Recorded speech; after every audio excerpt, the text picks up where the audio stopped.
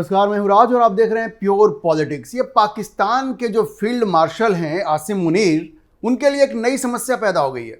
देखिए, कहते हैं ना कि आदमी जब बहुत ज़्यादा होशियार बनने लगता है तो उसके भी पर काटने के रास्ते खोज लिए जाते हैं।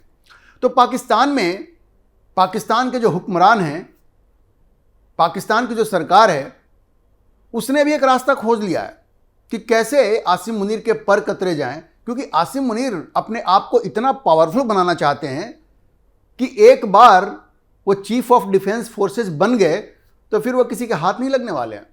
क्योंकि एक तो उनके पास इम्यूनिटी भी होगी, कोई उनके ऊपर केस नहीं कर पाएगा, वो अदालत में कोई उनको खींच के नहीं ले जा पाएगा, वो जो कुछ भी कर देंगे वो कर देंगे, उनके खिलाफ कोई एक्शन नहीं हो पाएगा।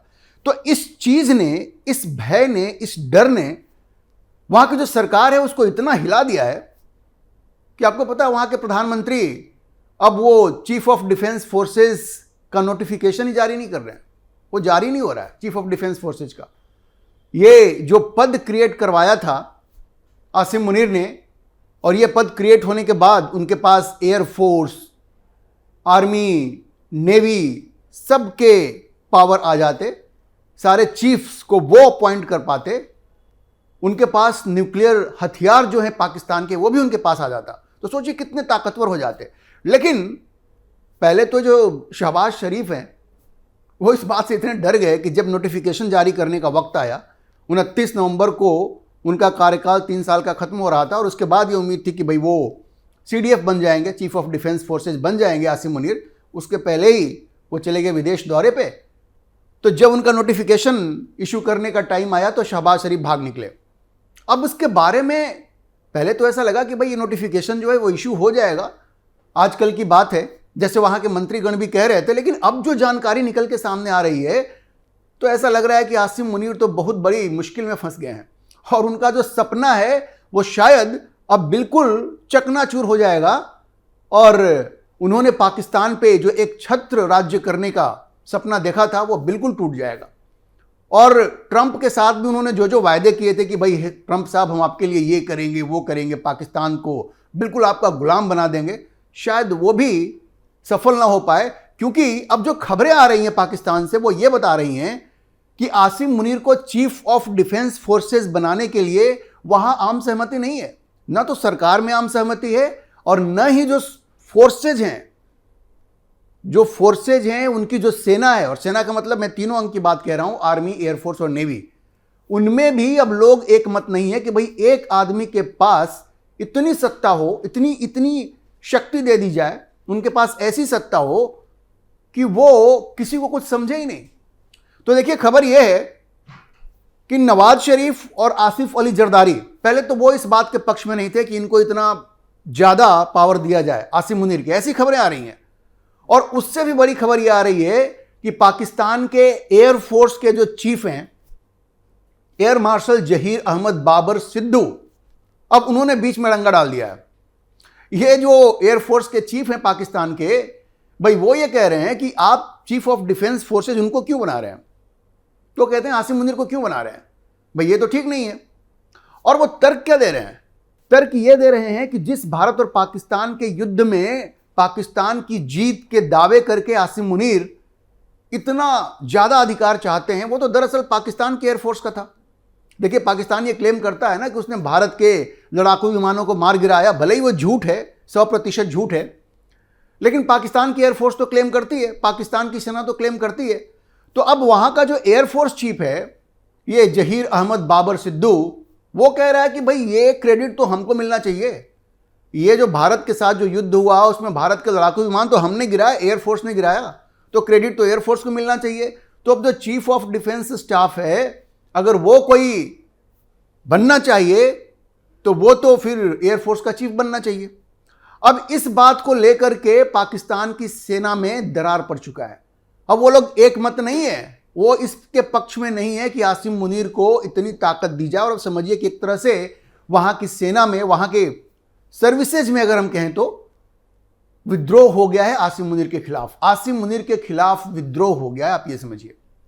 और अब वो लोग साफ साफ कह रहे हैं, खास करके एयरफोर्स में तो इस बात को लेकर के बड़ी नाराजगी है कि जो भी भारत के खिलाफ जो युद्ध था उसमें जो भी सफलता मिली वो तो एयरफोर्स की थी, लेकिन ये जो आसिम मुनीर है वो सारा क्रेडिट खुद लेकर के और खुद सारी मलाई खाना चाहते हैं। अच्छा देखिए, इसका खुलासा एक पाकिस्तानी सेना के ही पूर्व अधिकारी हैं आदिल राजा, उन्होंने मीडिया में ऐसी बयानबाजी की है कि वो कह रहे हैं कि भाई ये जो दावा है ना air chief marshal Zaheer Ahmed Babar Sidhu वाला, ये उन्होंने ही बताया है कि भाई इस तरह से ये जो जहीर अहमद बाबर सिद्दू हैं वो बिल्कुल खुल करके आसिम मुनीर के विरोध में उतर गए हैं। अच्छा, उनका ये कहना है कि ये जो एयरफोर्स चीफ हैं बाबर, ये इस मामले को लेकर के नवाज शरीफ से मिल चुके हैं, नवाज शरीफ से भी मिल चुके हैं, और खबर तो ये भी है कि वो आसिफ जरदारी से भी मिल चुके हैं, और वो जा करके उन्होंने अपनी बात रखी है।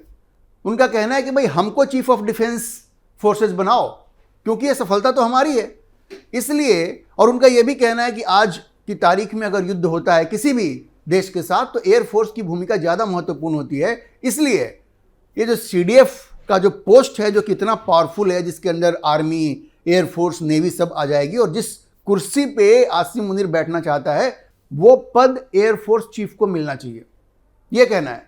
तो आप समझिए कि सर्विसेज के जो चीफ्स हैं वो आपस में ही लड़ने मरने पे उतारू हो गए हैं। अच्छा देखिए, जो आदिल राजा हैं उनका ये कहना है कि ये जो एयरफोर्स चीफ हैं भाई, ये नवाज शरीफ से उनके रिश्ते पहले से ही मजबूत हैं, काफ़ी मजबूत हैं, मतलब बहुत करीबी हैं वो नवाज शरीफ के। तो अब अगर वो ऐसी बात बोल रहे हैं तो ये तो लोग कहेंगे ना कि नवाज शरीफ के इशारे पे ही ये सब कुछ हो रहा है, क्योंकि नवाज शरीफ भी इस बात को लेकर के बहुत कंफर्टेबल नहीं है कि आसिम मुनीर को इतनी ताकत दे दी जाए। और ध्यान रखिए, नवाज शरीफ तो लंबे समय तक पाकिस्तान से बाहर रहे हैं और आर्मी के खिलाफ उन्होंने बड़े कड़े बयान भी दिए हैं जब वो पाकिस्तान के बाहर रहते थे, क्योंकि उनको वो ये मानते थे परवेज मुशर्रफ के बाद से ही कि भाई, क्योंकि परवेज मुशर्रफ ने तो इनको बाहर भेज दिया था, देश निकाला दे दिया था, और तब से वो बाहर चल रहे थे। तो उनको ऐसा लगता था कि पाकिस्तान में आर्मी का बहुत ज़्यादा इंटरफेरेंस है, बहुत ज़्यादा दखलंदाजी है पाकिस्तान की आर्मी की, और वो कम होना चाहिए। तो वो आर्मी के बहुत ज़्यादा इंटरफेरेंस है, दखलंदाजी से कभी खुश नहीं रहे हैं, और इसलिए अब ये कहा जा रहा है कि जो एयरफोर्स चीफ हैं वो जो नवाज शरीफ से मिले हैं, इसमें नवाज शरीफ का ही हाथ है। खैर जो भी हो, अब ये बात तो सामने आ गई कि एयरफोर्स के चीफ इस बात के पक्ष में नहीं है और नवाज शरीफ के साथ उनकी मुलाकात हुई है।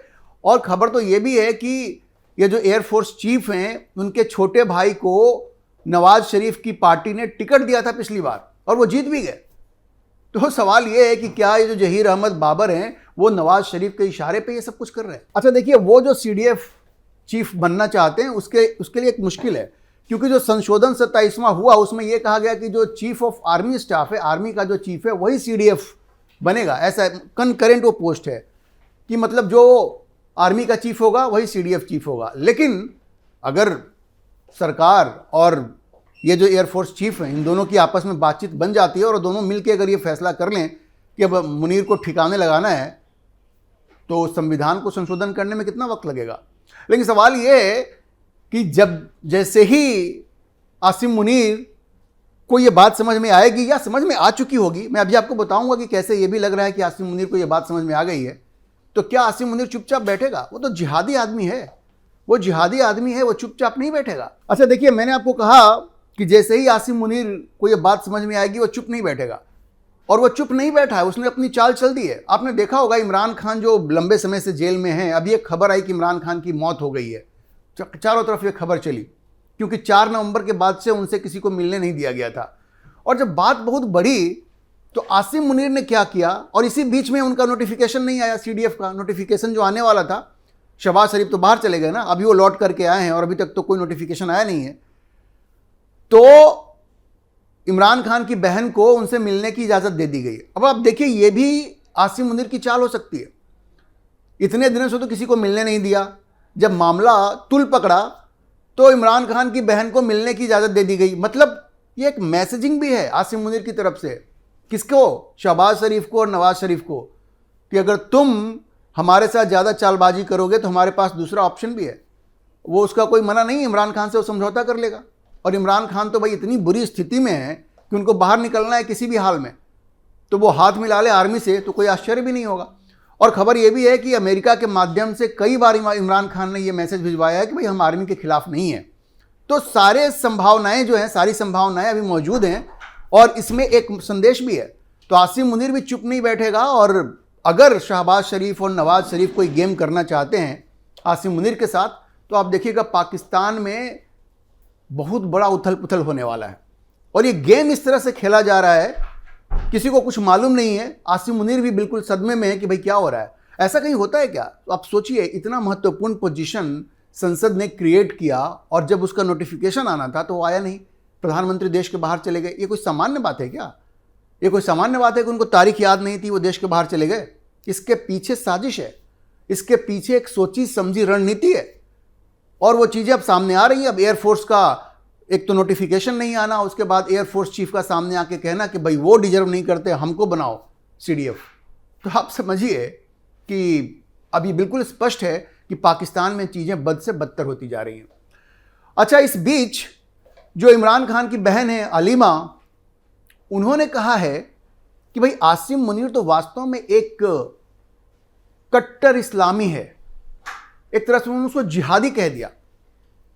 वो दरअसल एक स्काई न्यूज़ को वो एक इंटरव्यू दे रही थी, उसमें उन्होंने कहा कि ये जो आसिम मुनीर है बिल्कुल जिहादी मानसिकता का व्यक्ति है, कट्टर इस्लामी है और वो भारत से लड़ने के लिए हमेशा बेकरार रहता है। उन्होंने कहा कि भाई ये आसिम मुनीर चूंकि एक जिहादी मानसिकता का व्यक्ति है, हमेशा भारत से लड़ना चाहता है। और आप याद कीजिए कि पहलगाम घटना के पहले एक स्पीच दी थी आसिम मुनीर ने, उसमें किस तरह से उसने एक जिहादी की तरफ बातचीत की थी और हिंदुओं के खिलाफ जहर उगला था। और उसके बाद ये पहलगाम में 26 हिंदुओं को चुन चुन के मारा गया था, उनका धर्म पूछ करके। तो ये जो अलीमा खान ने जो कहा है वो कोई नई बात नहीं है, लेकिन पाकिस्तान में भी अब ये बात कही जा रही है कि आसिम मुनीर जिहादी मानसिकता का व्यक्ति है। ये अपने आप में बड़ा महत्वपूर्ण है। और ध्यान रखिए कि इमरान खान की बात पाकिस्तान की जनता सुनती है। आज उनकी बहन ये बात कह रही हैं तो जाहिर है इमरान खान से बातचीत करने के बाद ही ये कहा होगा।